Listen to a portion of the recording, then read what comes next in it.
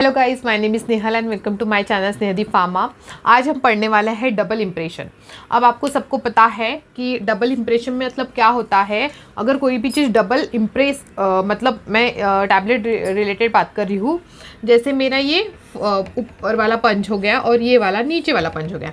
अगर ये ऊपर वाला पंच दो बार मतलब मल्टीपल टाइम्स दो बार या फिर दो टाइम पंच कर रहा है, एक ही टैबलेट को दो टाइम पंच कर रहा है, तो ये डबल इम्प्रेशन होता है। अब ये मेनली इसमें होता है जैसे मेरी टैबलेट पे मुझे कुछ सिंबल देना, जैसे एस सिंबल मुझे देना है, तो ये एस सिंबल जो देना है वो अगर दो बार इम्प्रेस हो गया ना, दो बार कंप्रेस हो गया, तो ये फर्स्ट टाइम तो ऐसा एस हो जाएगा और फिर से अगर पंच हो रहा है तो फिर से इस पे ऐसा आ जाएगा। तो डबल इम्प्रेशन इसलिए बोल, डबल इम्प्रेशन एम्बॉसिंग या एनग्रेविंग के टाइम पे ये मोस्टली होता है। अब एक्चुअली उसका रीज़न क्या है। सपोज़ ये पंच, हाँ सपोज ये मेरा पंच है, ओके, ये मेरी टैबलेट है और ये है नीचे वाला पंच, ओके। अब ये पंच जब पंच होगा, आपके टैबलेट को जब पंच करेगा तो ये टैबलेट इजेक्ट हो जाएंगी। पंच हो गई तो ये इजेक्ट हो जाएंगी, निकल जाएंगी। लेकिन डबल इम्प्रेशन में क्या होता है, एक बार ये पंच करता है और ये इजेक्ट होने से पहले ही, मतलब ये टैबलेट यहाँ से डाय से निकलने से पहले ही ये फिर से उसको कंप्रेस करेगा। तो इस वजह से ये होते हैं डबल इम्प्रेशन। मतलब जो भी सिम्बॉल्स हो गया या फिर डबल कंप्रेस हो रहा है, उसके वजह से भी ये प्रॉब्लम हो सकती है डबल इम्प्रेशन। अब हम देखते हैं कॉजेज रेमेडीज। ओके, तो सबसे पहले डबल इम्प्रेशन का जो कॉज होता है that is free rotation of punch. Okay, अगर आपका जो पंच है अगर फ्रीली रोटेट हो रहा है, जो पंच होते हुए रोटेट हो रहा है, तो उसके वजह से भी आपका डबल इम्प्रेशन होता है। तो उसके लिए आपको क्या करना चाहिए, स्पीड को फिक्स करना चाहिए। जो भी स्पीड है आपकी टरेंट की जो स्पीड है उसको आप फिक्स कर लो।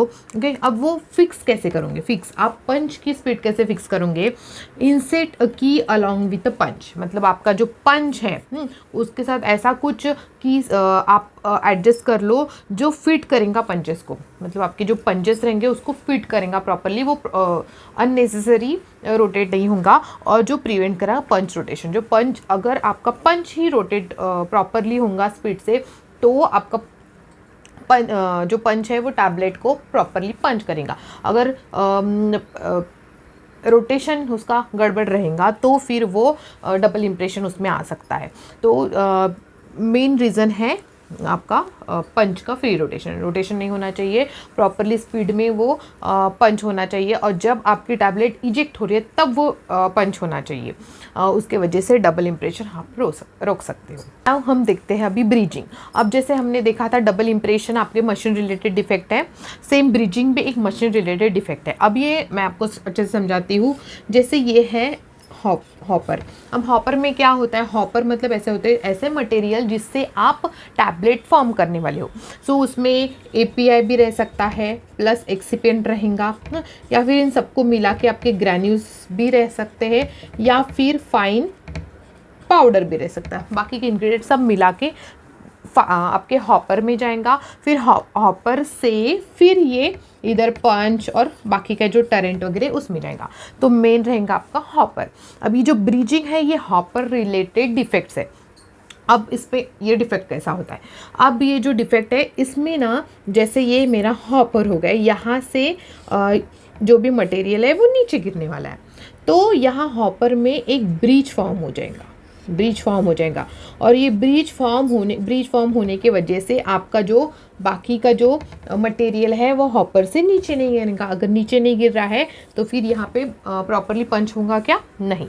तो ये जो ब्रीच है वो क्यों फॉर्म होता है, तो ये फॉर्म क्यों होता है, इसके कॉजेस हम और रीज़न हम देख ले। अब आपको ये समझ में आया ना, ब्रीच मतलब जो भी आपका मटेरियल है, ये जो मटेरियल ग्रैन्यूल्स वगैरह ये यहाँ पे रुक जा रहा है, रुक रहा है, वो नीचे नहीं कर रहा है। और रुकने के वजह से अगर हम नॉर्मली आप देखते हो, सपोज़ आप शक्कर को नहीं बोल सकते आप, आटा लो, फाइन पाउडर है जो आटा, या फिर थोड़े से मोटे ग्रैन्यूल्स का कुछ कोई भी डिश पकड़ लो, या फिर गेहूँ पकड़ लो। ओके, अगर उस गेहूँ को आप एक मैं बताती हूँ, जैसे आपके पास एक छन्नी टाइप होता है ना, छन्नी, जहाँ से आप यहाँ से कुछ ग्रैन्यूल्स डाल रहे हो, और ये मेरा जो है कंटेनर है।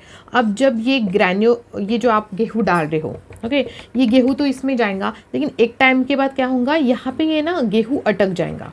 अगर ये गेहूँ अटक गया तो बाकी के मटेरियल्स भी यहाँ पे अटक जाएंगे और ये यहाँ से नीचे नहीं जाएंगे। तो यहाँ पे ये मटेरियल्स एक दो बड़े ग्रैन्यूल्स की वजह से, बड़े पार्टिकल्स की वजह से यहाँ पे फंस जाएंगे और फिर ये यहाँ पे ऐसा ब्रिज जैसा बन जाएगा और ये नीचे जाएंगा ही नहीं, वहाँ पे ब्लॉक हो जाएगा।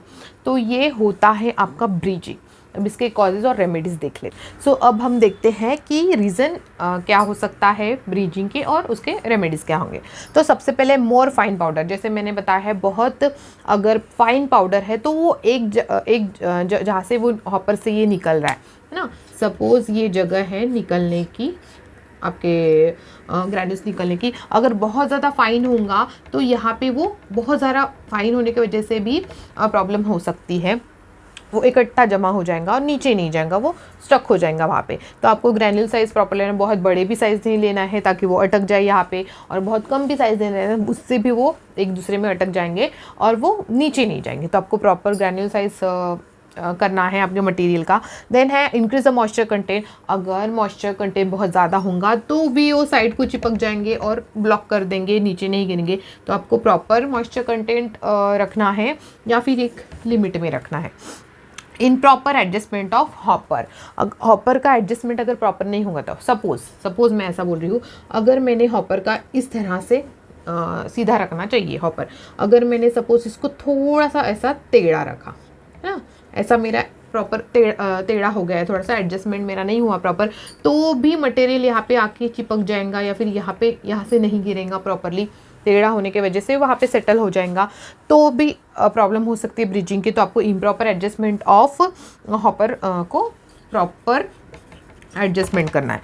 देन है fourth is a lack of force feeding. Force feeding मतलब अगर आप धीरे धीरे डाल रहे हो, है ना, धीरे धीरे डाल रहे हो, फोर्सफुली नहीं डाल रहे हो, मटेरियल को फोर्सफुली नहीं जा रहा है, तो भी वो ब्रीजिंग हो सकता है। मे बी यहाँ से अगर फोर्सफुली जाता तो जो मटेरियल अटक गए हैं वो भी निकल जाते हैं यहाँ से, लेकिन अगर वो फोर्सफुली फीडिंग नहीं हो रही है, आप नहीं डाल रहे हो फोर्सफुली, तो ये ब्रीजिंग का प्रॉब्लम। तो उसके लिए आपको यूज़ करना है कोन वाल्व। ओके, अब एक कोन वाल्व मतलब क्या होता है, जैसे ये मेरा हो गया हॉपर, ये मेरा हॉपर हो गया। अब हॉपर में ब्रीजिंग हो रही है ना, यहाँ पे ब्रीज होता है इस तरह से ब्रीज होता है। अगर मैंने यहाँ पे कुछ कोन टाइप डाल दिया ऐसे, है ना, जैसे मैंने कोन टाइप डाल दिया, तो जो ब्रीज हो रहा है, तो आपका जो मटेरियल रहेगा वो मटेरियल यहाँ पे गिरेगा और यहाँ पे गिर के वो नीचे गिर जाएगा, यहाँ पे गिर के नीचे गिर जाएगा और यहाँ से वो नीचे आएगा। मतलब यहाँ पे कोन फॉर्म हो रहा है, कोन फॉर्म हो गया तो वो वहाँ पे गिर के फिर नीचे राउंड में आ रहा है ना, उसके नीचे आ रहा है। तो यहाँ पे ब्रिज मतलब यहाँ पे छोटी सी जगह होने की वजह से जो ब्लॉकेज हो रहा था वो ब्लॉकेज ना होते हुए यहाँ पे गिर के वो नीचे हो जाएगा, तो यहाँ पे ब्रिज फॉर्म नहीं होगा। तो ये सारे हो गए आपके ब्रीजिंग के रीज़न और रेमेडीज़।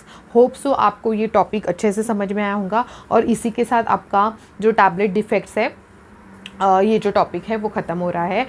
एंड जो मैंने 21 डेज़ का चैलेंज लिया था वो कम्प्लीटली फेल हो चुका है।